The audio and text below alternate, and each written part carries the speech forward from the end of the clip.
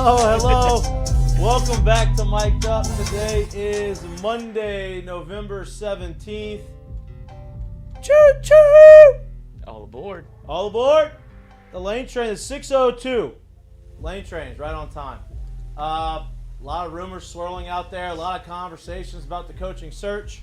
Lane Kiffin's family is reportedly, allegedly, potentially, possibly. Definitely. Could be, maybe, possibly, definitely. Yes, they are in town, touring schools and seeing the sights of Baton Rouge to see if they enjoy their time here. They were in Florida yesterday doing the same stuff. Ole Miss is on their bye week ahead of the Egg Bowl. Lane Kiffin has been quiet as to what his future at Ole Miss looks like. Ole Miss fans are not happy with that. Ole Miss boosters are not happy with that. At this point in time, whether he's at LSU or not, it feels like he will not be at Ole Miss next year. I hope he's here. We'll see what happens. It seems like this is going to happen a lot quicker than we all anticipated happening if Lane were to be the coach. We had talked about that earlier. If Lane is the coach, you're probably going to have to wait till after the postseason. It feels like now if he is, hey, Ole Miss is fed up. see ya. Hey, Ole Miss. Hey, we can win without him. We don't need Lane. Really, you don't need Lane. You hadn't won really without Lane. Now Lane came and kind of built this, and now you don't want him. I would love to see him here. We'll see what happens. We're going to talk a lot about the coaching searches. The first domino in the coaching carousel fell with James Franklin going to Virginia Tech. I think that's a slam dunk for Virginia Tech. I think that's a great move for James Franklin. One thing he is good at is building programs. Vanderbilt when he was there, and then obviously bringing Penn State back from the dead. Virginia Tech is in that situation. So they're going to be ecstatic that he can go there. He's going to be ecstatic because he doesn't have the expectations of winning a national championship right away. I think that's a great match. There's obviously a lot of other coaches out there. We're going to talk about the coaching carousel throughout the course of the show. We're also going to talk about, we haven't said this in a while, LSU win? LSU with a W.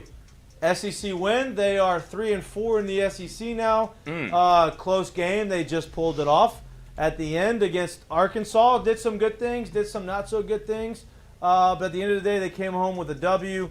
And anytime you get an SEC win, that is a big thing. You may say, oh, it's Ole Miss. I mean, it's Arkansas. They haven't won any games in the SEC. Yeah, but they've lost 4 games by 1 point. And they've lost another 2 games or 3 games by less than 7 points. So they're in all the games. They score a bunch of points. LSU's defense played really well, made some big stops when they needed to. We're going to talk a little bit about that. Both running backs look good. That was the best the running backs have looked collectively throughout the course of the year. Van Buren, first start. You could tell it was his first start, but he started off a little shaky, made some throws, made some runs, did some things that you needed to see. You saw a little creativity in the play calling, obviously some trick plays. At the end of the day, LSU got a W, and it's always a positive thing when that happens. Bryce Coons coming on at 6:10 to talk to us about all things LSU, specifically the coaching search and kind of where do we go from here. Listen, I'll say this, and I'm going to bring this up to Bryce when he gets in on the show. Doesn't this kind of feel like I want Lane Kiffin. Let me just say that. I would love Lane Kiffin to be here. But doesn't it feel like the longer this thing drags out, the more it feels like this is like a Lincoln Riley situation where Lincoln Riley playing's here, the deal's done, and then all of a sudden he goes to USC. And then you have all these other big-time coaches that were like the hot names that were supposed to come here, didn't come here, and ended up not panning out, right? Lincoln Riley, obviously, the jury's still out. I think USC's got 2 losses right now. Tom Herman was another name. It didn't work out for him when he didn't come here. He went to Texas. I think Lane's better than all of those guys. I think he's got more of a track record than all those guys. It just feels like. You're just a spurned lover. The longer I wait, the longer this thing comes out. I just don't like that it got messy. But I guess anything that involves Louisiana, apparently, messy from the start, and Lane Kiffin, it's probably it was always gonna get to this point. You thought it would be easy? No, it was always gonna get to this point. And Jimmy Sexton. So look, we're gonna figure out here soon, a lot sooner, I think, than we had thought. We thought maybe this was going to drag on until the middle, the end of December. It seems like it's going to come to a head here in the next week or so. So hopefully it works out for LSU. I'm hearing rumors on what happens after if Lane decides not to go to LSU. Some fans are going to be happy. Some fans are not going to be happy from what I'm hearing. I don't know if that's real, but I would be happy. I know Jared would be happy. I think Lloyd would be happy. Absolutely. On the backup guy that we've heard. Oh, yeah. No, not anymore. No, I've already made my mind up. So Lane or bust? Yeah. So if you don't get Lane, we're cooked. It's a failure. Okay. All right. That's good to know. You can't promise me the new PlayStation. Nobody promised it to you. You promised yourself. I know. I've already convinced myself. You promised yourself. And you're going to get a Nintendo 64. That would be cool, too. Refurbished. Yeah, that's Frank. No. I think Frank's Super Nintendo. Yeah, I'll take Frank. Sega Genesis. It's either Lane or Frank or Kelvin Shepherd. It's not. Okay, it's not that. All right. Obviously, we're joined by our producer, Lloyd. We're also joined by our two-time All-American, once in football, once in baseball, first-round draft pick from the Chicago White Sox. Right-handed playing quarterback, left-handed playing center fielder, man of many trades, pundit. Soon to be father. College baseball pundit for SEC Network, and soon-to-be father, Jared Mitchell.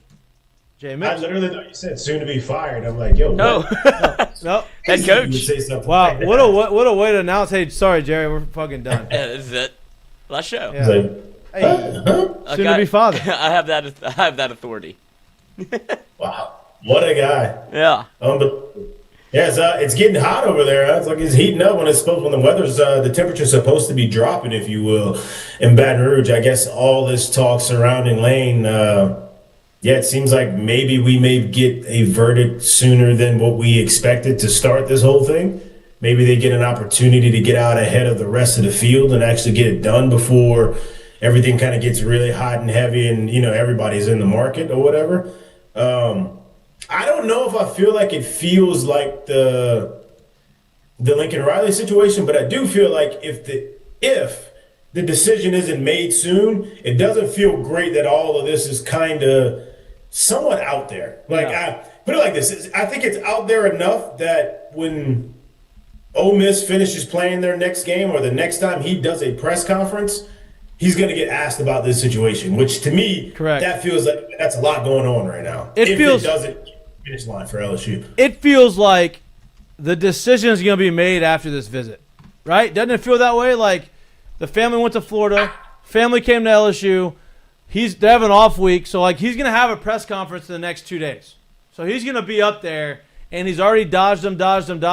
Ain't no dodging this. You know what I mean? Like this is out there, confirmed out there. Well, yeah. Well, I'd say this. I'm not exactly sure that I'm to the mindset that that we're gonna get a decision super soon in terms of I guess maybe before the end of November. Maybe we do, maybe we don't. I'm not exactly sure that I think it's going to go through the 12-game season or the rest of the year at this point, or as long as Ole Miss is playing. Let's just say it like that. I'm not exactly sure that it'll go that far. And I do know, on the other side of it, in terms of coaches, listen, they're going to say what they have to in these situations to keep whatever needs to be down until as long as it needs to be. So whatever that need is, whatever needs to be worked out, whatever needs to be done, I'm not worried about or thinking about because this is out, the next time he gets in front of a mic, he's going to speak on it and say, yeah, it's true.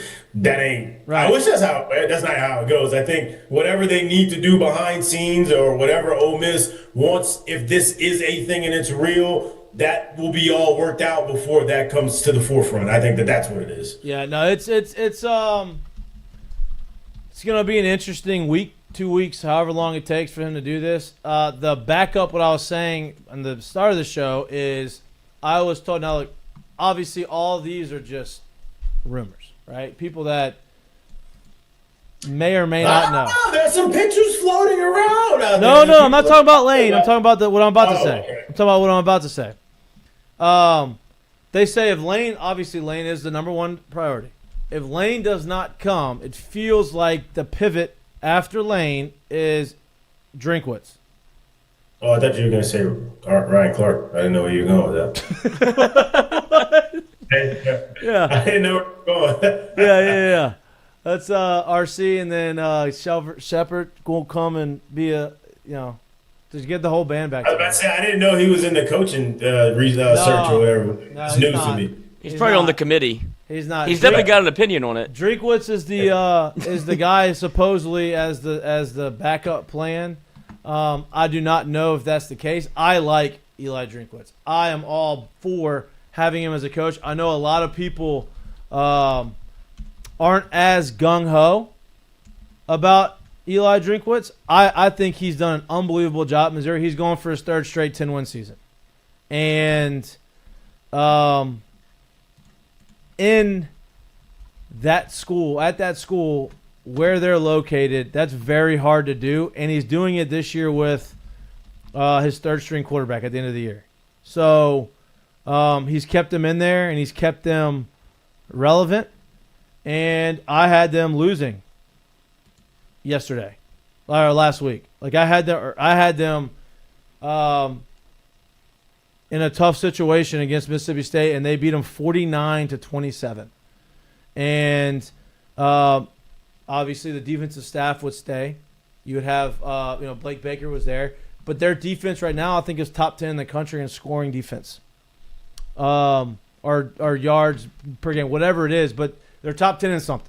They're top 25 and everything else. So he obviously gets the most out of his coaches and his players. And do you know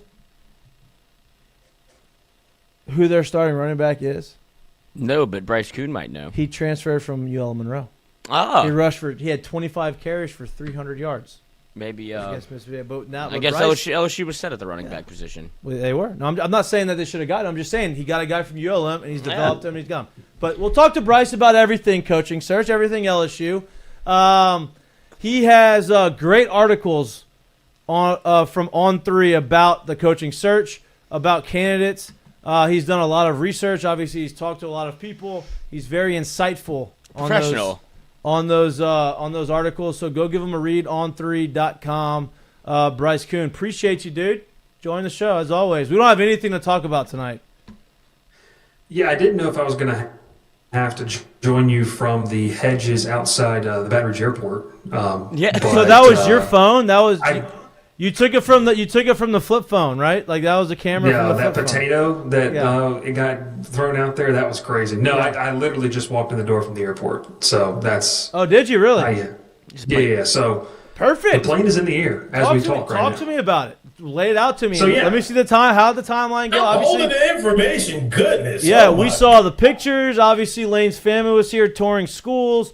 They have obviously departed. Give me the timeline of everything that's happened, and what are the chances that this decision is made here in the next week? Yeah, so I think you kind of have to start with obviously going back to last week, the initial conversations that really started to take place, LSU gauging the interest. We knew that this process, LSU had gotten a late start just because they were one of the final teams, I guess, to fire their head coach outside of Auburn. Auburn's not really in the Lane Kiffin sweepstakes, to be honest with you. So they were one of the final teams. Then obviously that whole week of just, I don't want to say civil unrest, but just unrest in general in terms of who was going to be your AD, the governor involvement, it kind of probably pushed their timeline back. Well, last week began the true vetting and kind of the interview stages. Shea Dixon had reported that last week over at the Bengal Tiger, that this was kind of where things were heading. LSU made that initial contact with Jimmy Sexton and Lane Kiffin to kind of get a gauge of what they could do. Obviously, Ole Miss being on a bye week helps. It's about to be a crazy open week, by the way, in terms of what they've got going on. And then you know, I will say this, and I've got colleagues that cover Florida, and I don't want to misreport on stuff because that's one thing that's very easy to do, right? You've got LSU Tiger Fan 33 on social media reporting something, and you've got to be able to weed through those things. It's not. It's Lloyd, actually. So it's one of those things where you have to be careful what you're looking at and what you're saying. So I don't want to come out and say that they have been to Gainesville yet. Because one, I've been in the weeds with this that I haven't seen a credible report, and I could just be missing it, guys, that they have visited Gainesville to this point. I don't know. I know there's been a lot of rumor and some ideas that could have happened, but they were indeed in Baton Rouge today. The few things that I can tell you, one, you got some things you can't tell us? A few things. So a few things I can tell you is they were taken on a tour. His ex-wife was taken on a tour of several houses that we'll just say along Highland Road in terms of where they could look at places to live. That was a point of emphasis on this trip. So University Club's not an option for them. I got a house across the street from me that if he wants, be my neighbor. Okay. Let him know. Yeah, just let them know. Yeah. So there's that. And then, obviously, where's Knox Kiffin going to go to school? That's a big piece to this puzzle. The two likely options right now that I can say this pretty confidently is that it looks like the two leading options are obviously U-High, right? I mean, that's a no-brainer. And then Catholic as well is an option for him to go to. Dunham could be. Which would create an intriguing quarterback battle, Knox Kiffin versus Elijah Haven next fall. Well, I think if that's the case, Elijah Haven's probably transferring to Catholic High. Yeah. Put him at Parkview and let him play each other. Let's get that. That'd be awesome. Yeah. But in all seriousness, no, that's kind of what the point of Knox Kiffin being able to figure out where they wanted to go to school. Now, there's been some conflicting reports whether Knox Kiffin was actually here or not, right? Like some people up in Oxford are saying, no, he was in school. I talked with someone this morning that said he was not in his first period or second period class. Take that for what you want to go with it. Obviously, we know the plane landed, I guess, and I've got it right here. The plane landed at 11:15 or 10:29 this morning Central in Oxford. It picked him up at 10:58, landed back in Baton Rouge just before noon, around 11:48. The plane then just took off at 6:07. So it's going to land in Oxford at 6:53. And then it will fly back to Baton Rouge at 7:25 and land at 8:12. Now, here's the thing, right? On our message board, a lot of people were saying, oh, my gosh, what if Lane Kiffin gets on that flight back? The likelihood of that happening, the more likely thing is that this is just a Baton Rouge crew that is as an LSU plane that's just going to come back to home base, right? That's really probably what's happening here. If Lane Kiffin boarded that plane and came back down to Baton Rouge, it would be an all-time college football story. We'll see what happens. That's kind of the timeline of what's been going on today. They looked at houses. There was an interest level in schools. I know some administrators that had their schedules blocked off. That was not necessarily normal to meet with some people. Obviously, the Kiffin crew. And then you got to decide who was actually here, right? So the ex-wife, of course, there's some rumors that it might have been his brother, Chris, that could have been here. So there's just a lot of different stories out there, but I guess the best thing is to prove and to say is, hey, they were here, there is real interest, and LSU, I can say, is making a very aggressive offer. The offer that's going to be put in front of Lane Kiffin, it's going to most likely exceed the highest paid coach in college football, which is Kirby Smart, I think, at this juncture, and he's just a shade under $14 million a year. So that's kind of where we sit as of 6/20 right now. Let me ask you this. Right, because there's a lot of different directions I want to go in this conversation. But does that scare you? Right, like we're gonna go and get this guy who is a very, very good coach. He's accomplished. He did it at Ole Miss, a program that hasn't done it right the way that he's done it since he's been there. And you're gonna go get him, right? Because he's the best guy out there, and you're gonna pay him all this money and like. Does that scare you that he's going to get a little complacent and, be in the same situation we were just in? I mean, to a certain extent, I think the demeanor is totally different, in my opinion, with Kiffin and Kelly. So I think that, and Kiffin's younger, right? I mean, Kiffin has not had a job for a decent amount of time, at least, at a marquee place. And I want to be careful how I say that because USC is a marquee place. He really doesn't. There was never really no pun intended, a runway for him to really do a lot of things there. Just how it is. Tennessee was only there for a year. Ole Miss, I don't think is a marquee brand in college football. He's gotten them there. Them by themselves, they're not that. They have done things under him. Don't tell them that they've never done in their program's history. Don't tell them that. So, to that point, the idea of complacency with that contract. Even if you went to Florida, like those are nationally recognized brands that are still holding weight, especially in a place like Florida. Like there's still hope that Florida can recapture the magic of the back-to-back national titles. Like that was 15 years ago, 16, 17 years ago. So I think in terms of what you would be walking into if you're Lane Kiffin, I mean, you've never had this. Now, Brian Kelly had that. He had a massive brand job at Notre Dame where, yeah, maybe he had capped out at his ability there, but he had already been to essentially the mountaintop of one of the marquee programs in college football. Lane Kiffin, in my opinion, has not had that job in that time frame. So we'll see what happens with it if they give him the money. There's always a risk, no doubt about it. There is. But you're playing a game right now where there is not another clear-cut option in terms of a guy who has won in the SEC other than Lane Kiffin. Anyone else is going to be at the risk you're taking on as a guy who doesn't have it proven. At least a floor-wise, you're going to be a competitive team going for the playoff, which is probably what you are right now. But you would obviously hope that the toxicity level, that it wouldn't come with Lane Kiffin in that building. And a lot of the key pieces that you wanted would stay, coaching-wise, with Frank and a lot of the guys on the defensive staff would stay. Jared, you got one? Yeah, to hell with all that. I want to ask you the $1,000,000 question. That's where I'm at right now. Timeline or time frame? In your mind, where does this thing sit and when does it get done? Do you see this playoff exit for Ole Miss? Do you see this at the end of the SEC conference championship game? Do you see this at the end of the 12-game regular season schedule? When does this thing cross the finish line with not only Lane, just whoever it may be? Yeah, so if it's Lane, obviously it's reported today, and I reported this as well, that Ole Miss has given him an ultimatum. So that's a fact. Yeah, that's a fact. Yeah, that is true. That is true. Ole Miss, I mean, from what I'm able to source and be able to talk, that's completely true. They are not willing to play this game any longer. Now, that doesn't mean they're pushing Lane Kiffin out. What it is telling you that they know they can't afford to be left behind. They really love John Sumrall. Like, they really love John Sumrall. Sumrall to Auburn gained so much steam over the past 7 days that I think it has pushed Ole Miss to say, look, Keith Martin, the FD, went into that office and said, if you don't sign this by the Egg Bowl, you're not coaching a playoff game here. The balls for your AD to walk into the head coach who has you in the most productive spot you've ever been in, entering one of the biggest games, if not the biggest game in program history, and not in the Egg Bowl, but in terms of a potential playoff game. That's crazy. Like, that is you are playing some serious poker. This is a high stakes game you're playing if you're Keith Martin, the athletic director up at Ole Miss. So that's true, right? So if the ultimatum is indeed then, and I would tell you it's going to be before the Egg Bowl because he won't coach the Egg Bowl if he doesn't sign this extension. If it's, let's just say, Sunday, well, then you've got two teams in Florida and LSU that feel like they're right in the thick of it. LSU, obviously, with the drama unfolding today.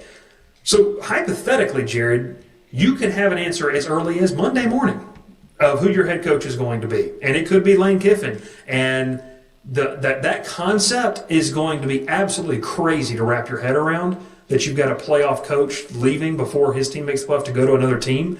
That's crazy. If it's not Lane Kiffin, then I think now with the accelerated timeline that Ole Miss has put on him, you're going to have a coach in tow, in my opinion, before December the 15th. Because the question was always, are we going to push this thing to January because of Kiffin? I don't think that's an option for Lane Kiffin to have that much time to make that decision anymore. But if you think before like the end of next week, if you don't have Lane Kiffin by then, you're probably not getting him. That's that in your mind. From what we have been told, he has to sign that extension. So unless Keith Martin is bluffing on that, and that's not real, he's either going to sign the extension at Ole Miss next week, go to Florida, or go to LSU. Those seem like the three options. And I hate to put a hard timeline on it. Let's just say Thanksgiving weekend. That's roughly that entire weekend. But if there's nothing public out there by then he's probably either going to LSU or Florida. And I'll just add this to you. I talked with some people around the Ole Miss program.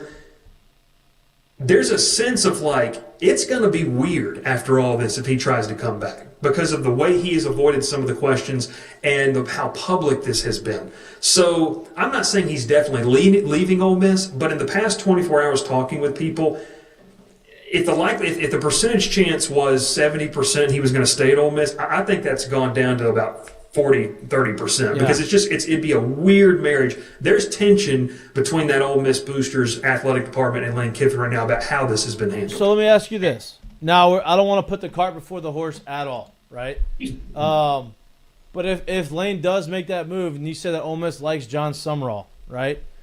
Lane Kiffin comes here. Sumrall now goes to Ole Miss. Like Baker to Do they flip? Do we bring Pete Golding here, and does Blake Baker go become the head coach, or does he follow Summerall over there to Ole Miss? I think it'd be interesting if Tulane's going to offer Blake Baker that head coaching job. It's going to make the transition to, if it is a Pete Golding, I don't know, but if it is that, it's going to make that transition much easier. If Lane Kiffin is not bringing Pete Golding and Blake Baker's offer the job, that's going to be something that I think Baker has to consider, because it's a head coaching job at a place he's obviously very familiar with. So there's definitely the plan that could happen. You could have this cycle, this cyclical movement of where, hey, Summerall goes to Ole Miss, Kiffin comes to LSU, Baker goes to Tulane. Like where everyone just kind of traded spaces, but it stayed within that kind of threesome of those three guys. So I don't necessarily know that it's a given that that's going to happen. They're going to call Blake Baker. I think I said this as well, and I'll say it again. Just talking with some people back in Georgia. Georgia Tech offensive coordinator Buster Faulkner has fielded multiple offers over the past couple of years for OC jobs. Just talking with some people in his camp, he would be very, very intrigued and would like the head coaching job at Tulane should it come open. Yeah. So that's another option that could go there for the Tulane fans. I don't know how many you have on this show. I don't think I have many. But just, in terms of that. But look, Ole Miss wants Summerall, and they are not willing to let Lane play them, essentially, and let Auburn sign a deal with Summerall, and now they're left. Who are they going to go after? That's kind of the situation that they're in. So we'll see how that plays out. I'm not saying it's a foregone conclusion that if Lane Kiffin is hired, he's bringing Pete Golding. I don't know all the aspects of that. There did seem to be a little bit of reporting, and I put quotation around that because I haven't seen it in terms of concrete information anywhere, that when Kiffin approached some of his staff about leaving, they're like, no, we're fine. Like, we either want to stay here or we'll go somewhere else. So I don't know how true that is. I hate to even bring stuff like that up, but right. In the day and age of this coaching carousel, which it's still week 13 of college football, you kind of have to take all of it and then sift through what's real and what's not. If this buyout is, or I guess if this is true of what Ole Miss wants to do and they put an ultimatum on him, do they fire Lane Kiffin and they have to pay a buyout? Like, how is that going to work?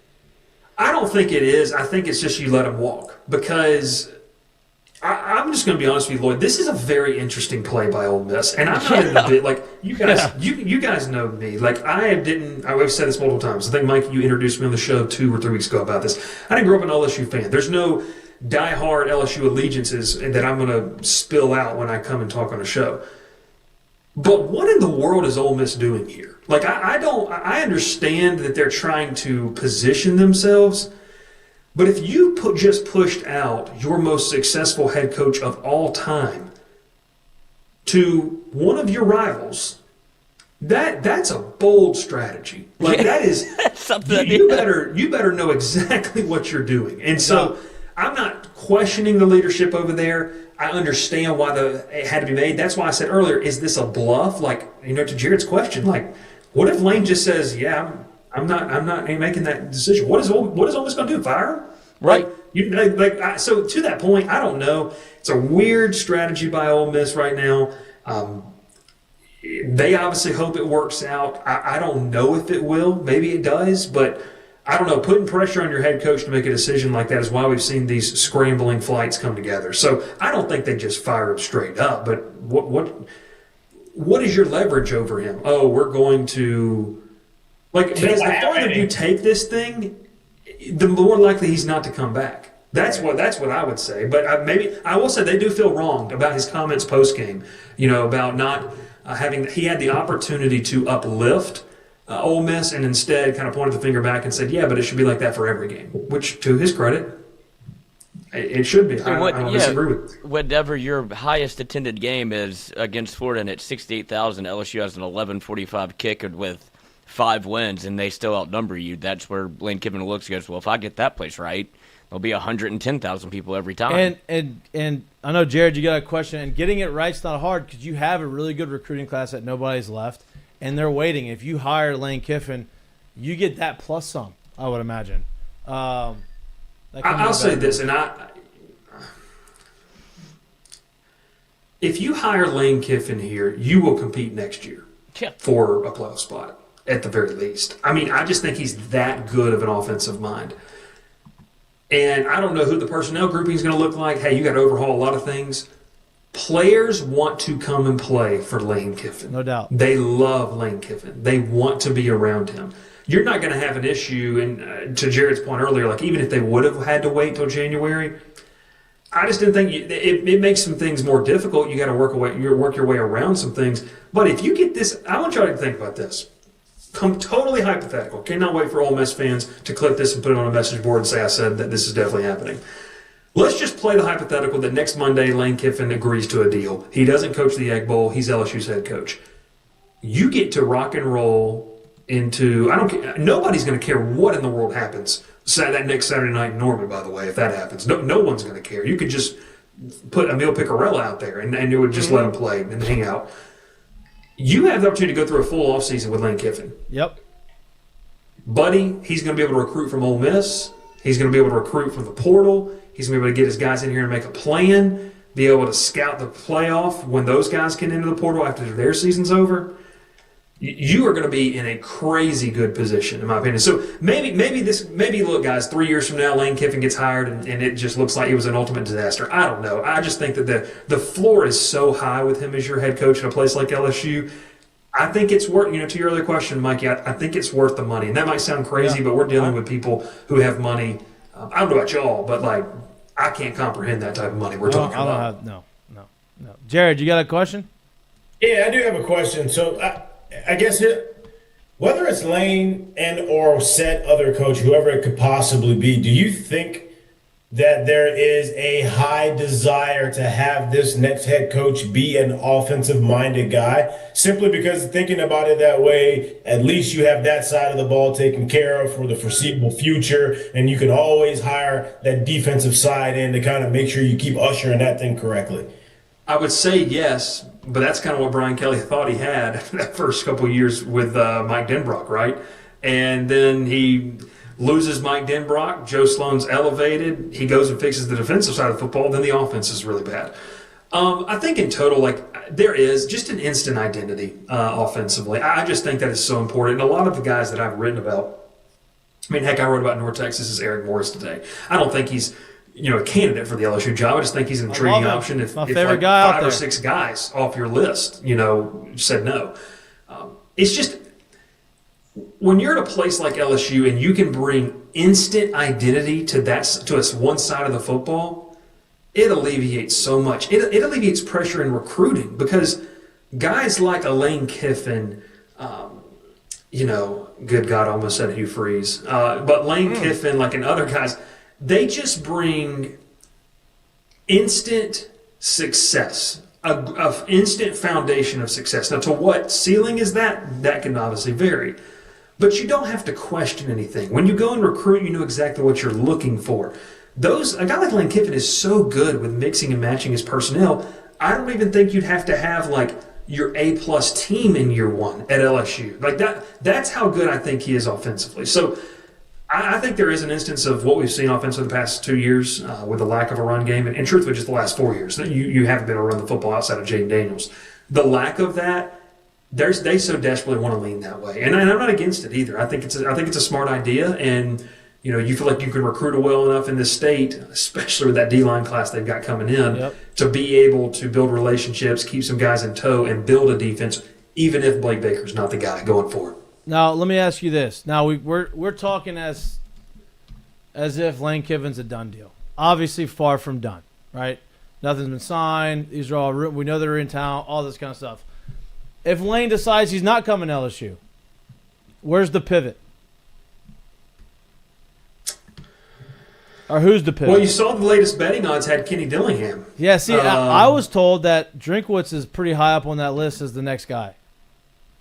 That makes me want to throw up. Oh, you don't like Drinkwitz? I love that guy. I do, but it's just so I want the sexy hire, right? I just want Dillingham. Okay, first of all, can I say this? Dillingham is Drinkwitz, just in a different body.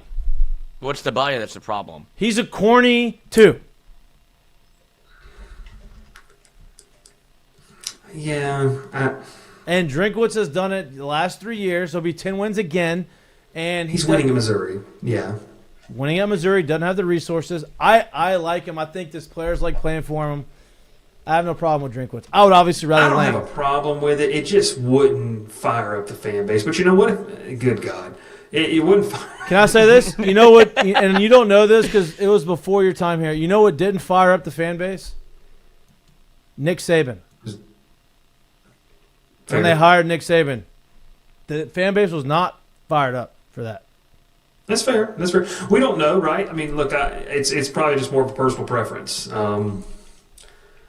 I don't think Drew was a bad coach. I think he's a good football coach. I think that, I think Penn State should be knocking down the door for Eli Drinkwitz, in my opinion. Like, I think they should be. That's a better fit. And I'll say this. He's a guy who's on staff at Auburn, so watch that. If Auburn swings and misses on Sumrall, could they get him to leave Missouri and come down to Alabama? I don't know. We'll see. But I don't hate it. Dillingham's in that conversation. It's been kind of interesting because now you've got to a point to where it's like, okay, Brahms signed the extension and Louisville's lost, so it's lost a little luster there. You kind of start getting that tier 2 conversation of like, okay, look, you've got Golish, you've got Eric Morris. I love Eric Morris, my favorite guy out there. I wish we could hire him. Eric Moore, you talk about identifying talent. Good God. I wrote about him today. He it's not just Cam Ward, like what he's doing. Like he's got a really nice system. So, yeah, I guess I agree with you. He just wouldn't fight. Man, no, look, I get it. He would not. Right, he would not tickle my fancy, but he's a great coach. He's a great coach. Great, strong. He's a good coach right now. He's a good coach. Missouri's schedule is not very hard. No, but it's Missouri. They're also not very good. He wins the games that he's supposed to win, and he loses the games he's supposed to lose. No doubt, but he's in a lot of those games that he's supposed to lose, too. He kind of makes them interesting for the most part. Who does that sound like, Lloyd? Brian Kelly. No. You can't compare that. It sounds like Hugh Freeze at Auburn to me. Yeah, it does too. Very close. Very close. Auburn's a better and Lane Kiffin has finally started to win the games he's supposed to win, and now they want to force him out. Auburn's a better school than Missouri. You know that. A better football program than Missouri. Yeah. But at this point, in terms of like Auburn and Missouri, like, would you take that job to basically break it all back down to bare bones to try to build it back up again? Or would you stay where you at? I think if we sit right now today, not historically, but where they are today and their opportunity going forward, I think a lot of people would take Missouri over Auburn right now, especially being that in the state of Alabama, you are second tier. Yeah, you're the little brother in that state, and you're not just the little brother in that state. You're also on the Georgia-Alabama state line. You got to try to out-recruit Georgia. It's just not a – Auburn is one of the hardest jobs in the country, that in my opinion. Just with 2 teams. 10 years ago, it was a much better job to take at that point. Yeah. Today, man, that's a very tough one to build back up. Very, very tough job. Now, you're going to have money because they just love to recycle through coaches. But that's the other part. They'll fire your ass at the drop of a hat. Yeah, they'll do it. They'll make rumors up about infidelity, as they do with Brian Harsin. Yeah. So it's, I don't know, man. It's interesting. Yeah, the Auburn job's a weird one. The Missouri job, too, Jared. Like, is Missouri? When would Drink even get on the hot seat in Missouri? Like, what would it even take? No doubt. I don't know, but maybe he's feeling it already because he's already come out with the comments saying, "Hey, you guys are asking a lot if you think everybody should be fired if they don't have a great year." That's the thing for me. He's already come out and said something like that. And Mikey, you know this too. If he comes out and says that his first press conference, like, yeah, I'm excited to win, but like, if you expect us to be in the playoff every single year, you got the wrong guy. Dude, okay. I'll get up and walk out. We had this conversation. I didn't love it, but he's not saying that in a school that he legitimately thinks he could be in the playoff every single year. Like, that's fair. Yeah, like he's setting the expectations. Yeah, like the expectation of Missouri. Hey, I know we've won 10 wins and we got close last year, but hey, 10-3 is a great year for us. Like, it is pump the brakes. It's a great. Let's be right. 10-3 is a really good year for a lot of teams. Right. Now, correct. I will say he is correct in that. People just don't want to hear it. He wasn't wrong. Right. What he said. Right. And just think, if you keep winning like 9 and 10 games in the SEC, you start to get looked at as, well, why aren't you one of those teams, if you will? And if you're not one of those teams, why are you still holding a job in the SEC? Like, that's kind of where it becomes. So if he's of anybody else in the conference kind of qualified to say that exact statement with where that program is, where that program's been, and why they are where they are this year, right? But it did kind of feel like, hey, pump the brakes, let's just chill a little bit. Yeah, no, I'm with you. I hear you. I think it's good. I will say this. You know who's the big winner of the whole coaching carousel? Who's that? Virginia Tech. That's what I said. That's the perfect fit for them. Dude, Virginia Tech just kind of hung out. They were never in the mix for any of these guys we've been talking about. They kind of knew they wanted, him. He kind of knew they wanted him to be there. I think it's a great hire. I think you go down to Virginia Tech and you win 8 to 9 games. No doubt. You might get a trophy. And here's the deal. I also said this too. I think it's if you're truly Virginia Tech's fan base, you're probably not that excited about it. The administration, ecstatic. Yeah. I would argue as a fan you might be, Jared, because it's like, dude, you just got a guy that got fired because he couldn't beat Ohio State and Penn State. Virginia Tech can't beat James Madison, with all due respect. Like, if at Virginia Tech you win the games that you should win, you can be in the ACC title. Well, and I think it's a great fit for James Franklin too. Yes. Like, I think it's a great fit for Franklin because go look at Franklin at Vanderbilt. Took a team that was not good, built a program there. He took Penn State from the graveyard, right? Resurrected them and put them into relevancy again. Obviously, he never got to like the top that he wanted to, but Virginia Tech's not trying to get to the top. They're just trying to be relevant. And for somebody who just left a job because he couldn't win the big ones but was good enough to get to 10 wins, I think that's a perfect fit for both of them.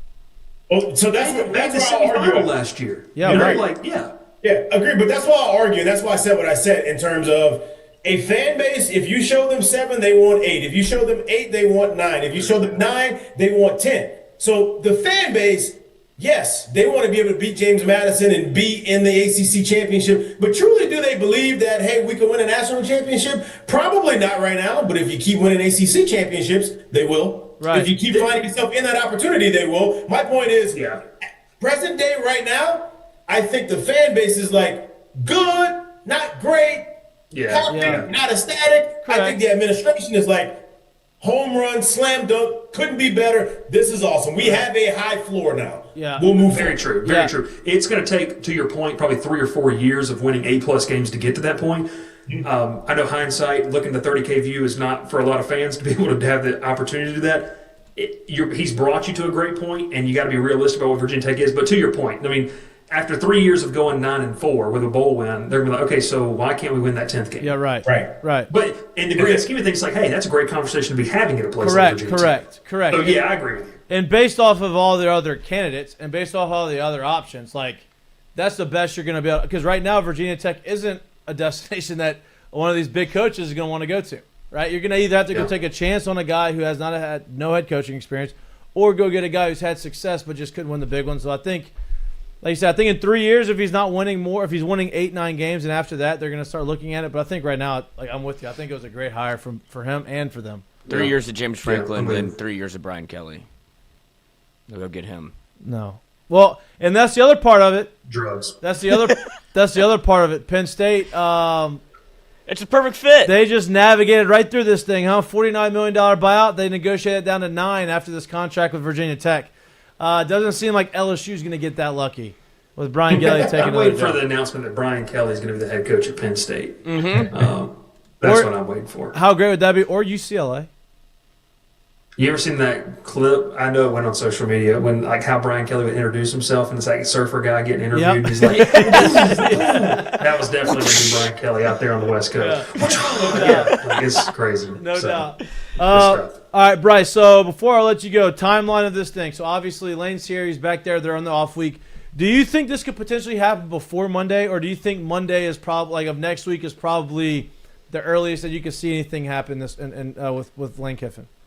I'd say Monday earliest because I truthfully think that Sunday is going to be like this soft deadline for him to make the decision. It always happens on NFL Sunday too, doesn't it? Like, it's just so like kind of like the NFL games kind of like mask the news. So that he can tell the Giants no too, right? That's the big thing that he's got to tell them too. What's the plan going up there? I think Monday. I'd go Monday. And if it gets past then, if you're an LSU fan, I wouldn't worry because what we're being told is it's got to be before the Egg Bowl. But I don't think – let's be real. If they're not going to let him coach the Egg Bowl, why would you let him coach the week of prep of the Egg Bowl? Right. That doesn't make any sense. So to me, it really is Sunday. Like he has 6 days now to make his decision, which buckle up because this is about to be fun. So Can't wait. I got one for y'all, and it's going to derail the conversation. No, but I've please been do. getting raked over the coals for this on social media, trying to defend myself. So you're calling in reinforcements? I'm calling in reinforcements. Okay. I need your help. Lloyd, where are you at? I'm here. You might just front me out as being an idiot now. You might not agree with me. Heisman finalists. Give me your top 5 off the top of your head. I just want to see if there's one name in there. And if it's not in there, then I'm going to feel okay. If it is, then I just need to go ahead and get off the show. So top 5 Heisman finalists. Okay, so I'll tell you my 5. so you have to have Fernando Mendoza in there. It's Jeremiah Love or I had bust. Mendoza, Sayin, Reed, Stockton, Simpson. Those are my 5. Okay. Now, Jeremiah Love's got to be in the conversation, but he's a running back. We know how the committee's going to vote. Right. I left off one name, and I've been getting killed for it. Garrett Nussmeier? God, no. I will say this: I like Stockton more than I think. I think Ty Simpson after last game is not going to be there. He's had 5 straight games of fumbles, by the way. Yeah, I don't think Ty Simpson's going to be in there after last game. I like Gunnar Stockton there. The one name that you did not include, Don't say it. and is a quarterback. Yes. I gave you my list. Is there a glaring omission as a quarterback on that list for you? Give us a name. I don't know. I mean, I'm trying. I don't think there is. Okay, then I'll say it. So because it's not off the top of your head. I didn't put Haynes King on there, and you. Oh, that's Mikey's guy. No, Mikey, I love the guy. I don't think he's a Heisman guy. He has 10 passing touchdowns. Yeah. And the average defense he's played ranks in scoring is 78th in the country. Yeah, no, I'm with you. I don't think Yeah. he's not a Heisman finalist. Just because you win games doesn't mean you're a Heisman guy. Just because you're bringing your school to a good record doesn't mean you have to do something It's a extraordinary. great story. It's a great story. story. Pavias has got better numbers than he does. Pavia also has better betting odds right now. So that's all I want to Also say. got better I've been moments getting as well, told too. to do a lot of vulgar things on social media because of it. So I just had to come on here and see if I had anyone who could back I think me up. Fernando Mendoza wins it though. If Fernando Mendoza had an Ohio State helmet, a Georgia and Alabama helmet, he would be the runaway favorite, in my opinion. Yeah, I agree. It is the runaway favorite. It is a tough look after Haynes King has thrown for 304 yards, 408 yards, 371 yards the last 3 games, and run for 91, 103, and 53. No, it's great. I mean, it's a great. That's insane. For 1,100 yards, Lloyd. The rankings, those are all top 100. Those are all outside of the top 100 in defenses. Yeah, but people aren't going to think of that. I'm not trying to disparage the kid. That is part of what that's part of what they look at. You have to look at the competition level. So I don't want to derail it. I just want to say that. You want to know what also is crazy as well too, because like people, this conversation has come up so much lately. But Georgia right now has as many wins against currently ranked teams as Ohio State, Indiana, and Oregon combined. So the Fernando Mendoza conversation as well for me is like, yeah, I'm with you there. yes, sir, I get it, but is it really? So if you're going to play the schedule that those teams are playing, your numbers have to be video game like. That's why Genty was in the conversation, because he was literally a video game character. If it's not, it's just it's going to be a hard vote for it, and it's not disparaging, it's not hate, it's just. You guys know where we are in the world. If you say something people disagree with, they just hate you. And so no doubt. I just had to say that. So. Honestly, I'll say this: I think that if I had to pick a leader, I think Gunnar Stockton in my mind. Dude, he's had the best year of any of them, and had the best. I talked wins. about it on my show last night. That team is scary. Right? Oh yeah, yeah. They've become Georgia again. Like before beginning of the season, it felt like they were gettable. Doesn't really feel like that anymore. Wait, what did I tell you? What did I tell you going into this weekend? You were like, I don't know. They might get got here. I go, no. You're right. You called it. The schedule has flipped to November. You're about to see the Georgia team that we thought was there. They turn it on here. 100%. I'll be in the building in 2 weeks when they play Georgia Tech, which will be a phenomenal game inside Mercedes-Benz. I'm excited to be there. We'll see. No, I just wanted to get that out there. I love Haynes King. I think I will say this: if a Heisman vote has to be put, and you say the most important player, Do you to get a vote? success, Do you get a vote? Do you get a vote? No, I'm not good enough for that. I think you are. I think you are. It's okay. I did vote on the Bolitnikoff this week, so there you go. There you go. So you got those votes. Look, trending in the right direction. Yeah. I wrote in Malik Neighbors because I just want revenge. So that's all I put. So they'll probably take it away next year. No, I'm just kidding. I didn't. But no, in all seriousness. But no, I just wanted to put that out there. Chris I appreciate you guys as always for having me, and we'll see what we're obviously talking about this time next week. Hey, hopefully this time next year we're talking about a new head coach. Like again. again, We didn't even get to talk about the we'll game, but we'll talk about that. We'll talk about that later. If Drinkwitz is hired, I might have to stop coming on the show. No, I'm just kidding. Yeah. Oh, come on. He's gonna come back and watch this and go, oh. Listen, Bryce. Before I let you go, and Lloyd can attest to this, and Jared can attest to this. I've been yelling Eric Morris's name for a 5 month weeks, and a half. 6 weeks. Like, You know who? Longer than he's been yelling Kyle Parker. yeah, and I've been yelling Kyle Parker for a long time. Arkansas is an idiot if they don't try to hire. That's what I just said. I said that if we you're- don't like that, they're stupid. It's stupid. But Like, they absolutely don't. Stupid. You know, Arkansas fans tell me they don't want to hire him because they already had him Morris as a head coach. It didn't work out. Who's an offensive guru? Okay, well, enjoy going to a negative. Right. I mean, Arkansas They're should only just, losing by 1 point. So you know. Yeah. it Yeah, should more be victories. it should be Bobby P. They should run Hey, it back by with the way, Petrino. can I say this too? Real I know we resurrection. keep keeping you on here, but like watching the game on TV, Bobby Petrino has a lot of similar qualities as Brian Kelly on the sidelines. Oh yeah. Like how he chews people out. Like he yelled the entire time about shit that he was wrong about. I'm like, what are you yelling for? Like, you're not I even think right. he's just yelling to get it out. I think just he's yelling just to mad yell. in general about life. I don't know. The field goal It's- kicker missed a field goal. And he's yelling at somebody. The field goal kicker's not even off the field yet. I'm like, what is he gonna do? The guy that got the snap was good, the hole was good, the kick sucked. What do you want him to do? Yeah. I don't know. The best was when he came off the field and it was on the 4th down stop. He goes, they didn't even review it. Like, there's nothing to review, brother. Like, it Because he wasn't even did not You're get talking close. about his like halftime interview or Yeah. whatever that was? Yeah. That was insane. He's Yeah. insane. They didn't review it because he did not get in. Crazy.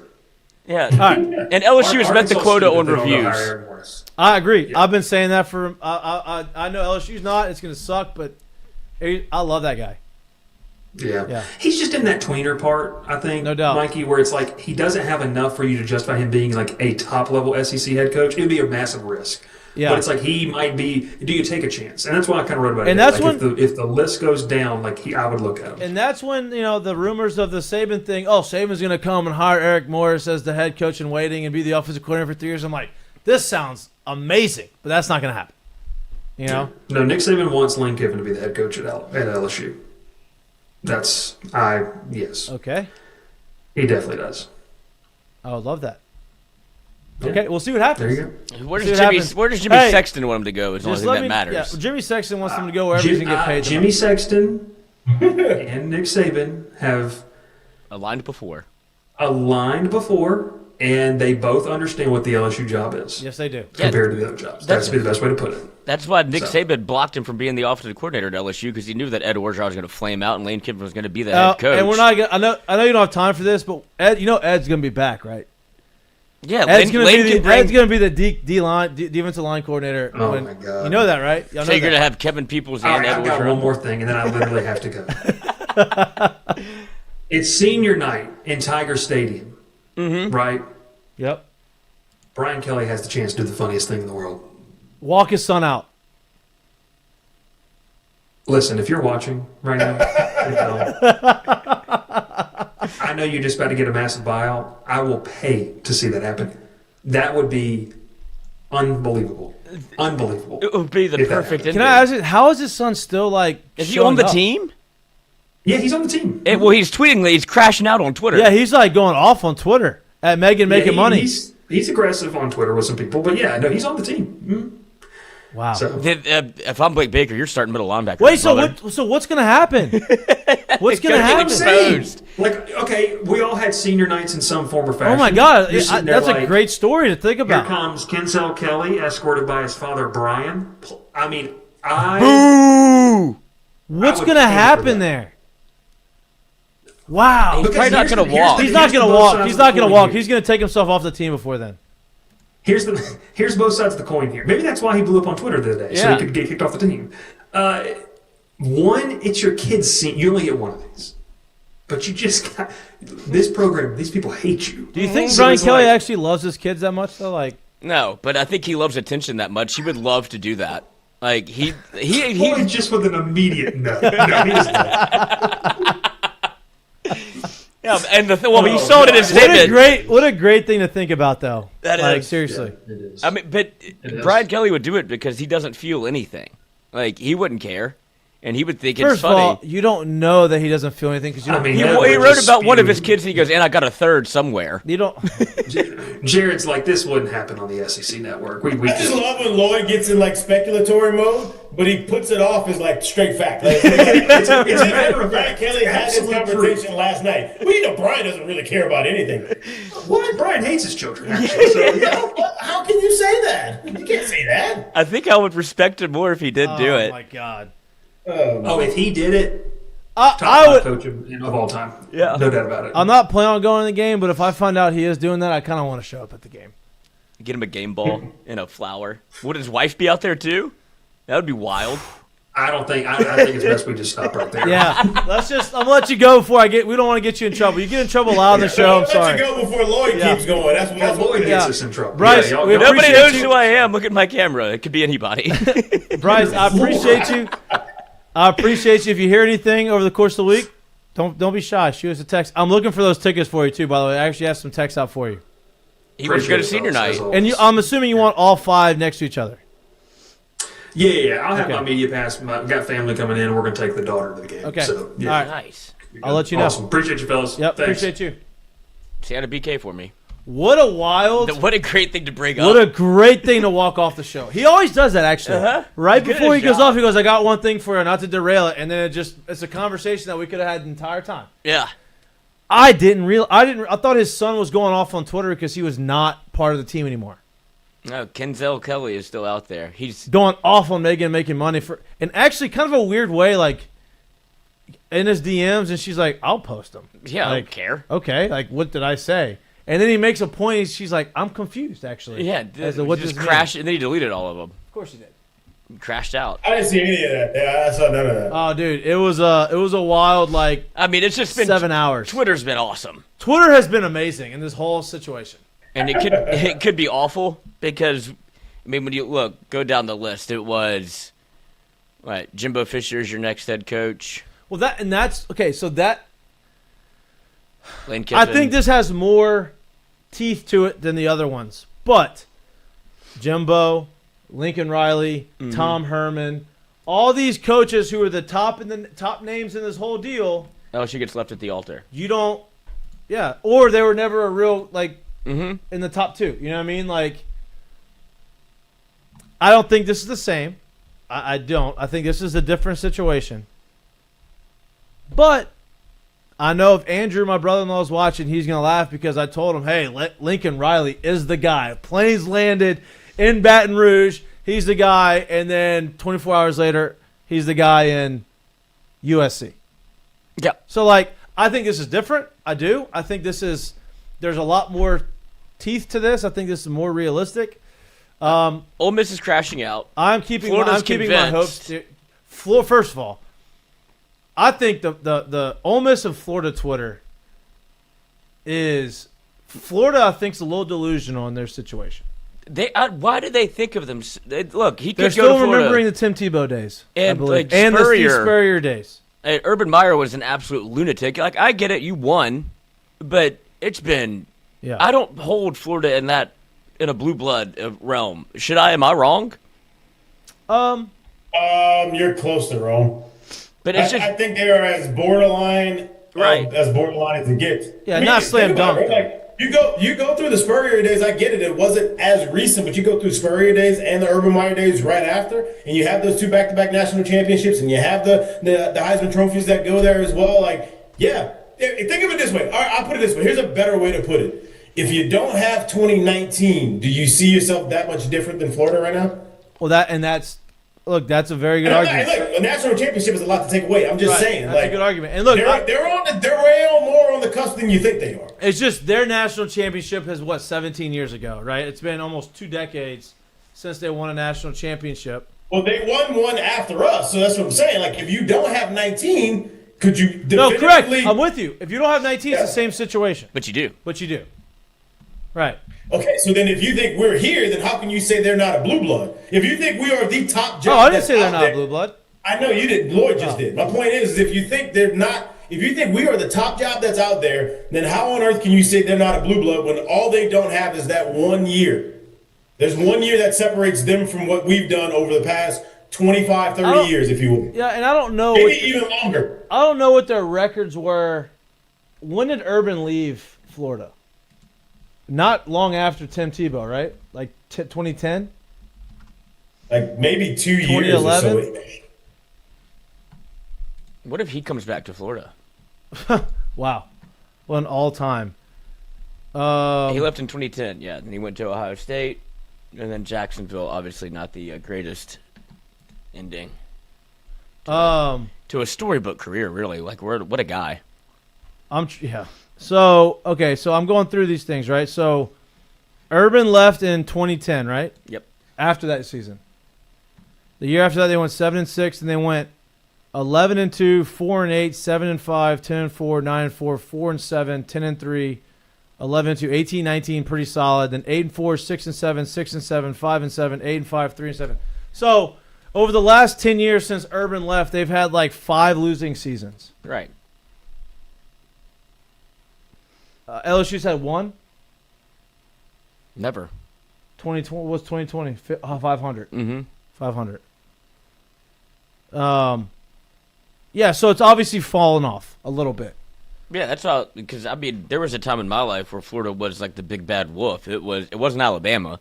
It was LSU, Florida. Like, you hated Florida more than you hated anybody. That was your biggest rival. I remember, like, I saw them win 2 national championships. Like, I remember that. It's just like the last 10 years of it has been just not any really thing to think about. But look, as far as Blue Bloods go, even when LSU was bad, they still beat Florida. I think if you're going to consider Blue Bloods, Florida's still beating LSU in the last 10 years as well. Right. But I consider as late as last year. If you're gonna consider Blue Bloods, right? Like, I think Blue Bloods is a lot of things, right? You've got to consider historical. Like, Blue Bloods. Right. You talk about Blue Bloods. There's some history behind it. Yeah. Right. Like, if Michigan doesn't win the national championship, was it 2 years ago? Mm-hmm. They hadn't won one in however long, right? But I would still consider them a Blue Blood, right? I would consider Florida, because historically a Blue Blood. Would you consider Florida State a Blue Blood? I mean, no. But No? I know that they are. If you take all of the history into account, then you have to say Penn State's a Blue Blood. No, correct. I'm not scared of Penn State. I'm not scared of Florida State. But I'm not scared of Blue Michigan. Bloods, Blue Blood's not necessarily about being scared of them right now. Blue Blood, if you're talking about Blue Bloods, it's talking about the historical part of It's getting the right guy at the job. Now, I mean, you go look, like, Oregon's not a Blue Blood, but Oregon's really good right now, right? Notre Dame's a Blue Blood. All right. You know? I wouldn't even consider Miami a Blue Blood. Miami had one good stretch in the 2000s. Oh, and they had the 80s also. 80s and 2000s. You're right. Yeah, they think of the U as the U. Right. If they get the right guy, but nobody seems to be the right guy. Like, they shit down their leg again this year. Shitting currently. Yeah, it's good. In the middle of it. Lane Kiffin to Miami. That would not be good. I do wonder if there's one more trick in this whole thing. Like, Ole Miss calling for a deadline on this is the wildest move you can make. It is a big move. I understand why they did it. It's frustrating. I think that there's a way to do it without. I think there's a different way to do it. Yeah, they just they got frustrated with. But Lane Kiffin has always done it like this. Like, he gets left on the tarmac more than anybody I've ever talked about. This is going to be the third time he's going to get left at the airport. Okay, let me ask you this then. I want to ask both of y'all this. If you're Lane Kiffin, right, and you are in the middle of the greatest season of your coaching career, you've worked really hard since you've been at Ole Miss to put him in this situation, but you're looking at some of these other opportunities and you think that the LSU job or the Florida job is a better long-term career play than Ole Miss.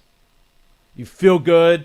You've been, you feel like you're sober. You're working out. You feel like you can coach for another 20 years if you wanted to. Mm-hmm. Okay, and you want to go to these schools. How do you handle this? Like, how do you? Because at the end of the day, they're asking you to make it to say something. You're not saying one way or the other. You're not saying, "Hey, I'm staying here," that I'm leaving. Like, you're not lying to them. You're just not answering the question, right? So you're trying not to say one thing and go back on it. He's trying not to be dramatic. Right. So how do you handle it? I think this is the only Well, as far as the conversation of it, I'm not exactly sure how you go about it. But what I will say is that what he's doing in terms of, I guess, if he actually is courting it, all these things are true, which we are pretty much in assurance that they are. If you've had conversations with your family, with your agent, with the people in your inner circle over these past few years, and you've always known that I like Ole Miss, I'm enjoying what I have here, we're doing a good job here, we're building here, but I know as a professional, there's better opportunities. And if one of those better opportunities comes, or if I get to a place in my career where those better opportunities come knocking, I want to at least listen. Then I think you have to do the things he's doing right now. It's not his fault and or any of these other coaches that these institutions have chosen to make the fires when they have. So they've done those things, and now they're opening those phone lines and those lines of communication up way earlier than what we're used to seeing. If you're in that spot, you can't just shut it off and say no, because those opportunities, those better opportunities, may not be there for you when you're willing to finally pick up the phone. That's just the truth of it. Whether you consider yourself or whether everyone's telling you you are the quote unquote top of the market, people have to get things done because there is deadlines and all these other things that go on, and nobody wants to be left at the altar. So how he's going about it and the things that he's saying, I'm not sure it's right. I'm not sure it's wrong. It's basically unprecedented. But if you've always identified, I like what I got going on here, but I do know there's greener pastures, or there's opportunities I would love to take a shake at before I'm done, then yeah, you have to pick up the phone at this point. Yeah, and look, I don't fault Ole Miss either, honestly. Like, I don't, because if you're Lane and you're entertaining these opportunities because this is something that you think long-term, here's the other thing. It would be crazy for him not to entertain them. Right? Like, even if he ultimately decided to stay at Ole Miss, he owes it to himself. I know Ole Miss can say, oh, he owes it to us to do this, he doesn't owe anything to anybody but himself. You know what I mean? So, for me, he owes it to himself to say, okay, these are two of the best programs in the country. I've seen what LSU has done. I've seen what Florida has done. Right? I have to go and see what it would look like. Right? Like, what would this deal look like if I go to LSU? What control do I have? What do I like? What's the alignment look like with everybody that's there? Like, I have got to see that, because maybe it's everything that I wanted, right? And then Ole Miss, on Ole Miss's side, you have to go and protect yourself. Like, listen, we've finally had a coach that put us on the map football-wise consistently. We don't want to lose this momentum. So if he ends up bailing on us, we have to be ready to pounce on the next guy. So I don't fault Ole Miss for giving on a deadline either. I really don't. This would be the sixth time he's been a head coach. He's had 6 different places. Right. But the other ones, I mean, he was, 33? Yeah. 33 in the NFL, right? It was 2007, and he's currently 50, so. You're going to make me do the math? Yeah, whatever the math is on that. Yeah, 33. About? 31. 31. See? That's insane. Insane. It didn't work out. It did not work out. But, like, how old was he at his other stops? Like, he went from USC. He only went to Tennessee. Then he went to USC. Right. The Tennessee thing was wild. Yeah. Got left. Then he went to Alabama for rehab. Then he went to Florida Atlantic to avoid LSU. Then he went to Ole Miss. And now he could be back at now he could be at LSU finally. Right. But I do wonder, I don't know, what does Lane Kiffin what interests him? Because I don't know. Look, I think he avoided, you say he avoided LSU going to Florida. Like, I get it. But, like, no, he was blocked. Right, exactly. And now you have the same people gotten fired after 2020, because that's when he went to Ole Miss, right? Right after COVID, right before COVID. It was after COVID, because COVID happened the spring of 2020, so that was his first year. Yeah, 2020 was his first year. Yeah, 2020. So you couldn't. We couldn't. I mean, you couldn't fire him. It was a year after the national championship, right? So, like, but you fired him then after the next year, and so you didn't have the opportunity to get Kiffin. Now there was a lot of smoke around it, right? In 21, there's a lot of smoke around it. Whenever Ed Orgeron got the permanent job, that's the binder. That was the whole plan. Oh yeah, to bring him in as OC. Yes. I'm gonna hire the best coordinators in the country, and that was Ed Orgeron talking about Lane Kiffin, and he got snaked by Sexton, who continues to play LSU, but he did all of those moves because Nick Saban was on the other side of it. Correct. Now that Nick Saban is not involved in terms of a coach on the other Now side. Nick says you should go. Now Nick Saban is trying to potentially help you. And so you can finally have Jimmy Sexton actually playing ball for you as opposed to using you as leverage, which he's always done. And it has been more public about the LSU, but I think that's just the fan base. But LSU has made this significantly more public than the Florida trip was. No doubt. What was Lane Kiffin's career record at USC? Do you know? We can find out. I mean, it doesn't. I mean, I'm looking on 2011, he went 10-2. Then they were 5-4. Then next year in 2012, 2013, he was 4-7. Had good first year, went downhill after that. Yeah. Yeah. I mean, look. A lot of coaches had a lot of stops before they get to their final stop. Yeah, it's just he's always been big sexy. Correct. And look, I mean, obviously he had success at Florida Atlantic, which he had to get. He went to Alabama rehab. Florida Atlantic had a great career there because they won games, they're relevant, and then Ole Miss, he's been great. He's always relevant because of his personality. Yeah, but as far as winning games, the team winning games. And now he has Ole Miss as the best they've ever been. Yep. And they don't want to play this game with him. I think a lot of what else is making him sexy right now too is that they've been good enough, or so good, if you want to call it that they've had to play two quarterbacks. One that was actually really young that was supposed to be next up, right? Yeah. And he gets hurt, and now you play a guy who basically came from nowhere that was a no-star recruit, and you've got both of those guys that had to play at a high enough level to give you the numbers that you've gotten this year. So, like, not only is it just wins, but it's like, wait, he's doing this without, quote-unquote, maybe the most talented team, definitely not his most talented team, right? And he's doing this with guys that kind of was looked over in other spots. So it's like, not only is he winning, but he's winning in ways that normally some of these big powers don't have to win in these ways. So it becomes even more attractive than what it was probably in the past. Correct. I think, I mean, it would be so entertaining. But him at LSU? Mm-hmm. Yeah. He's made for this place. Yeah. And I think it's sound bites. Like we're used to good sound bites, in the interviews. And he cares. And he cares. And he wants to. Let me ask you this, and I know, I'm not saying that at all that's what y'all are saying, but do we really care if it's entertaining or no? if it just I'm wins? not. I'm just saying it's. I don't care if it's entertaining. Entertaining is winning games to me. It's entertaining. That's the only thing that's the only thing that I want to be entertained by. And that's the only thing he consistently brings up is I think he wants what LSU can offer, because at Ole Miss it's just not big enough for him. He's like, this is really it's not doing it for him. He's like, all right, we have 60,000 people here. That's great. And he wants 160,000 people there. Yeah. Like I think that's what he loved the Ole Miss Tennessee, like that whole thing. He loved it. Like they're throwing golf balls at him, they're throwing mustard at him. He's like living it up. Because I think that he kind of enjoys the chaos of college football. Yeah.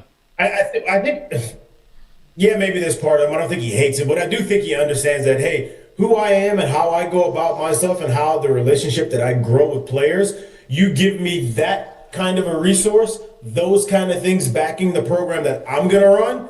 Yeah, I could probably get Michael Jordan in here. I could get anybody in here to come and play for me. And I think that's kind of how he looks at it. Yeah. I agree. We didn't even get to talk about the game. Mm-mm. Do we really want to talk about the game? We can touch on it a little bit. Touch on it a little bit. Touch it just a little bit. Give me your take on the game. I mean, unbelievable for Frank to be able to get his first win at LSU. Obviously, to see the way this team is stuck together. You go down 14-0, and they still have the resilience. You're able to run the. You said he's going to run the football. They're able to run the football. Van Buren looked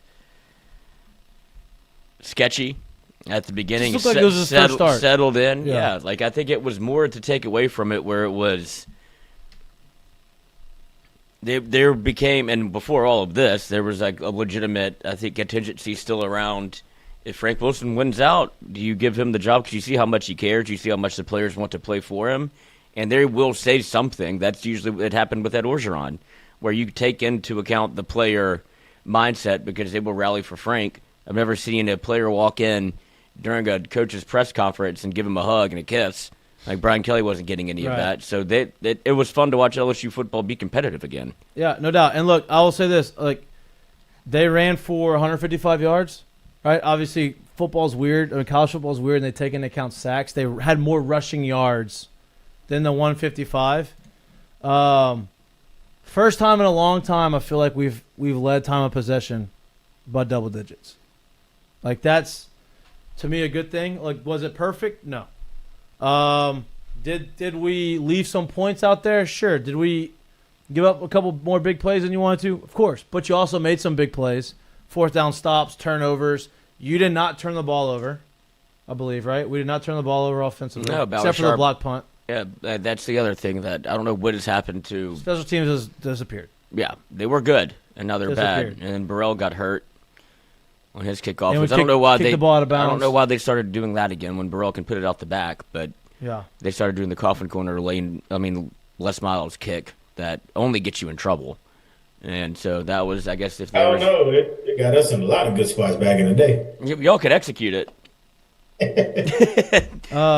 And I get why they do it because LSU has the people that can run down on kick and make a play, but it just doesn't, just not worth the squeeze and look, at this point. I think the moral of the whole thing is Van Buren came out there. He was 21 of 31 for 221 with a touchdown pass, no interceptions. Had a big scramble in the fourth quarter for 35 yards. He did certain things that we haven't been able to see this year. He missed a couple throws, made a couple throws, but this is his first start of the year, and everybody's still kind of getting used to him. He's trying to figure it all out. I was happy with the way it was. Had a couple balls that almost intercepted. Do you think your record is different? The one different? with Xavier Thomas, it was on Xavier Thomas. Xavier Thomas said, "My bad. He didn't do the right thing." But avoided turnovers. What were you gonna say? Do you think that LSU's record any different if Van Buren had started every game? You lost to Ole Miss 24-19. You lost to Vanderbilt 31-24. You lost to A&M obviously 49-25, and then played against Alabama. Lost 20-9. I do think they may have one less loss. I don't know which one of those would be it. I think against Ole Miss there was some opportunity for him to run, like the way they were defending with the 3 down linemen and still getting some pressure. I think there were some lanes for him to run in. And even Vanderbilt. Yep. I think that Vanderbilt game, there was some opportunity there for him to use his legs. But, I mean, you can't – that's a hard thing to yeah, say, no, because I do think the offense looked different whenever – just because the threat of the run. Like on the last touchdown to Bauer Sharp, the only reason that play comes open is because he could run. Yep, right. Yeah, but that also, so it's funny you bring that up because my thought goes to this. Yeah, I think maybe somewhere in there's another win to be had, but I give reservation just because of the Van Buren situation. I often wonder when OCs get fired and our play callers get fired, do they ever look back on their success in a different way and look back and said, man, I was really leaning into this when I should have done more of this. And what I mean by that is just like we just talked about, just like we alluded to, the leading the time of possession battle by double digits, running for 150 plus. Like, do they start to think maybe if I had done this or that different, we could have really been a better ball club. We could have been a better team. And so I wonder, like, if that conversation, if that thought process kind of goes through someone like Joe Sloan's head at this point, while you sit back and who knows if you're watching. I don't know if he's watching. I'm just saying if maybe he's watching the box scores and seeing what's going on. Like I don't know, but like that's what I think about because I think there's always been the talent there. If we watched the team who knew Garrett Nussmeier wasn't 100% healthy, yet we're still trying to push it, yet we're still trying to run RPOs, yet we're still not leaning into using the running game. Why is that? That doesn't make any sense if you know he can't do those things. If you know he's not healthy enough for it, if you know the line is young and unexperienced, at least early in the season, let them be able to just pin their ears back and go hit somebody. Let them learn how to start playing into this game. That's what's crazy to me. Yeah, and look, if you're a good coach, I imagine you are doing that, right? Like, hey, it didn't work out. Why didn't it work out? Oh, I could have done this differently or could have done that differently. And look, I'd like to sit down and have a drink with Joe Sloan and say, hey, what actually went on? You know what I mean? Like, what went on behind the scenes? Like, was this Brian Kelly's making a bunch of these decisions that you want to go a different route. Were y'all in agreement on a bunch of stuff? I don't know. You know what I mean? So I would imagine he is looking at it, and he's like, man, this is – because here's the deal. They saw something in Van Buren to bring him in here and say, I'm going to redshirt you because we believe that you're going to be able to be a quarterback for us in the future. Like, that's the whole reason he came here. That was the plan. So they had to have seen something, and, yeah, he's looking back and like, maybe we shouldn't have forced Nuss out there if he wasn't healthy. So I imagine he's having some second guesses. Yeah, definitely. Because I think we all are in agreement that he was hurt, right? Like, yes. I think everybody knows that. It was pretty obvious, yeah. Agreed. Yeah. I guess, and we said that this was possibly on the bingo card of just say he's hurt and then make it very easy for everyone else. So I think there will be a stark difference. Now, if Bryce is right and BK's there, I think Nussmeier gets to dodge another bullet. But I also do think that he probably will get more of an ovation than he would have had he been the starting quarterback, right? Like for senior night, like he'll still get his cheers as opposed. Look, I will say this: you should cheer him. Yeah, like just because he didn't work out this way. It didn't work out the way we all anticipated, the way he anticipated. He had a great year last year. He stayed here. He never transferred out. Like, he's more good than bad. Don't be jaded towards the kid. Like, he deserves the cheers. He deserves to be supported. Kid likes it, loves LSU, you know? And I just don't want to salt his, it just sucks. Yeah. Sucked that it didn't work nothing out. went right for him. It sucked that it didn't work out the way we all And it doesn't help that he didn't, it just all came down on him. Yeah. Tough. Restart the console. Tough. All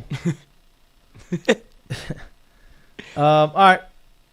Mistake of the day, Lloyd. Oh, I think this is an easy one. I thought you got two. I do have two. Okay. One guy, but I'll do this one first because this guy's an idiot. The other guy's definitely an idiot. But this guy got a henna tattoo of the Mike Tyson face tattoo, and it's permanent. It's permanent now. And it's burning into his skin, and so guys, we're in Bangkok. Last night we went out, and for some reason had the great idea of all getting black henna Mike Tyson tattoos. I didn't know that black henna is illegal in the U.S. and can lead to permanent scarring and infection on your face. My whole tattoo is blistering and oozing. And we just looked up everywhere that there are a lot of people who have gotten this from the same spot that we got it at and have had permanent scarring. Oh, no. I might have a permanent Mike Tyson tattoo on my face. It is starting to blister and scar and ooze, and I'm kind of freaking out, but keeping my cool as much as I can right now. I'm about to go to urgent care, but this shit is no joke. Wow. What an idiot. Don't come to Bangkok and get a black henna tattoo. I think he's handling it relatively well. Yeah, he's probably still drunk. Yeah. Or high or whatever. But whatever you do in drugs he's on. Bangkok. Yeah. But the real mistake of the day, it's tough that he did exactly what happened in the movie. Yeah. And then we also have this, which I think is kind of one of the more bizarre situations I've seen in college football in quite some time, with a very look at me moment, if you will. I just don't understand this Let's at all. unpack here.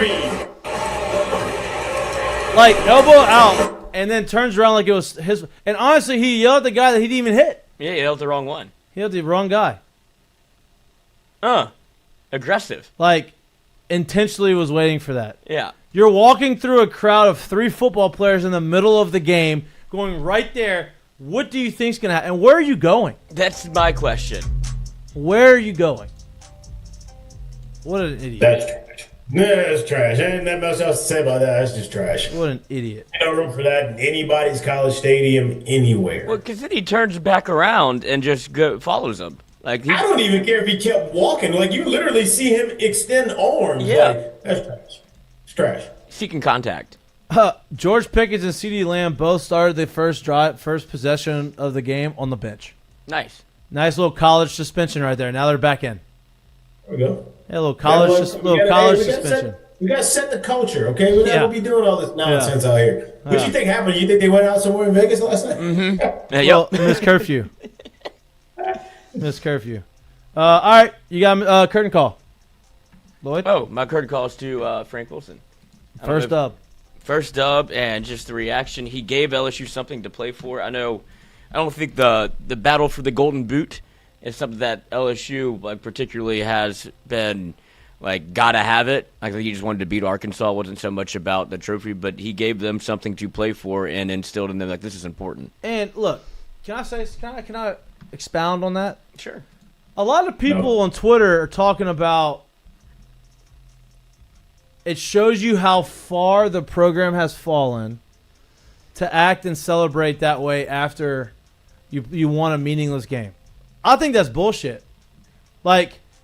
I think that you should, always celebrate wins, especially when you get them in the SEC. And throughout all the turmoil that you've had through this season, right, throughout all the changes and the drama and all this stuff that's around you, you're still able to go at home, win a game, a close game, for your coach that you really do believe in and that you wanted to win for.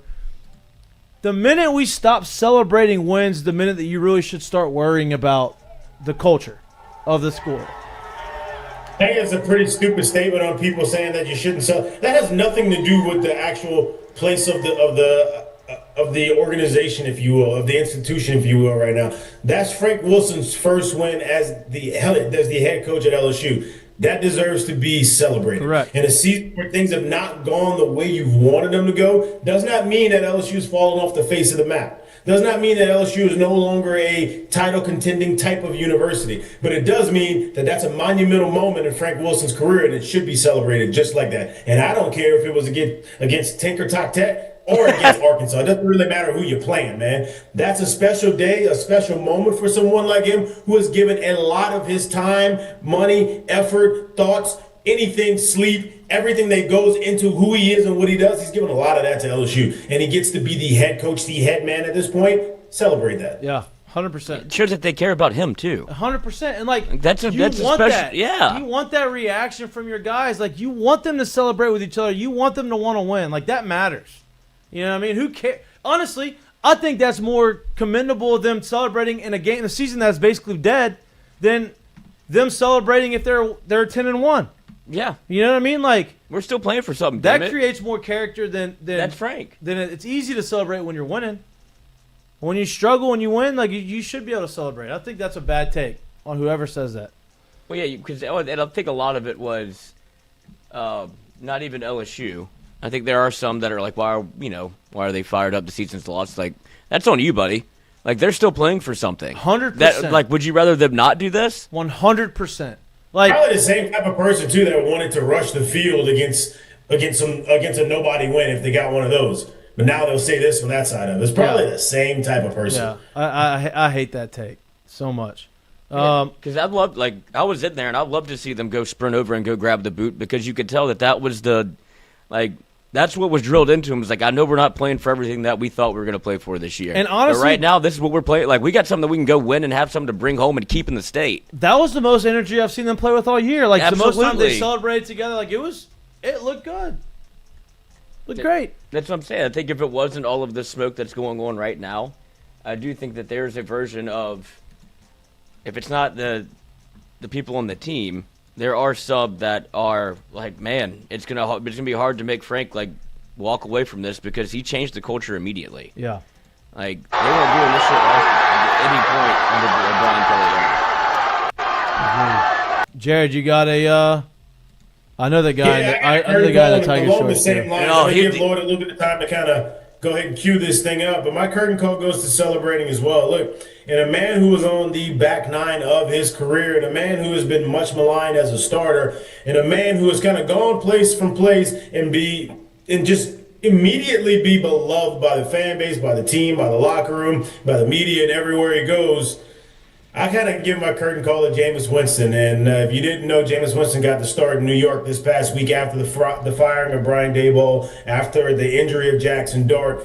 He became the starter. He's the third starter that's on a losing team this year. It could be easy for Jameis to just kind of go out there, maybe go through the motions, maybe be mad, but maybe not bring the joy of playing the game. No.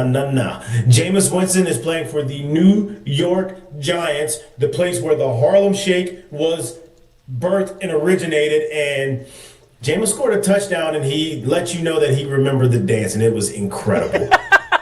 I haven't seen this. You haven't seen it? This is the most amazing thing I've ever seen. He is unbelievable, dude. May that man forever keep giving. Just please give him a uniform every yes. year. Let him be on somebody's team, and he needs to at least start. He should be somebody's he should be the NFL's substitute teacher. You get to start anytime there's not a starter somewhere. We need you. All-time quarterback. Yeah. All-time quarterback. All-time quarterback. If somebody gets hurt the week of and you don't have time to go sign somebody, you can automatically play for free. I mean, just play on sponsors, play on endorsements. We ain't gonna pay you. How quickly does he immerse himself into every culture? Like, New Orleans loved him. He knew everything about it. Took him a week. He's the guy that you want on your team. Yeah. Always. He's incredible. He's a Heisman winner. Always. And we forever keep a camera in front of his face somehow, some way. I think he'll get a job in media when it's all I can't said wait and done. I know. for that. All right, 100%. my curtain call was the same one you had, Frank Wilson. First head coach. First win as a head coach. First black head coach. Yep. At LSU to have a win. I guess he is the first black head coach at LSU, so that would make sense to have the only win. We had interim, Davis. Oh, yeah, bowl game. That's right. He just didn't win. That's right. So congratulations to him. Listen, he's like you already said it, Lloyd. He spent a lot of time here. He took his crack at being a head coach elsewhere. He wanted to come back to LSU, and I think his influence is real. I think you've seen it. I think you saw it with Caden Durham going in there and celebrating with him after the win. But he loves it here, and I hope he's here forever. I hope he's a recruiter. You talk about wanting people who want LSU to the best for LSU. He's one of them. So, shout out to Frank. Congratulations on the win. Hopefully, you get a couple more. Yeah, finish this thing out right. Finish this thing out right, and hopefully you're the running back coach for the old Lane train. Yeah, they know each other. Yeah, they've worked together. Interesting. Weird. All right, that's all we got for you on this beautiful Monday night. Enjoy Monday Night Football. We'll be back live in studio on Wednesday from 6 to 8-ish with all the breaking news, all the tea. We appreciate y'all. We love y'all. Please like and subscribe to our YouTube channel if you can't watch us, but you like listening to us or anywhere you get your pods. Again, enjoy the rest of your night. We'll be back on Wednesday. We love y'all. Peace. Fireworks. Yeah. Hey. Yeah. Good show. It was a good show. It was a lot a of good energy show. on the show.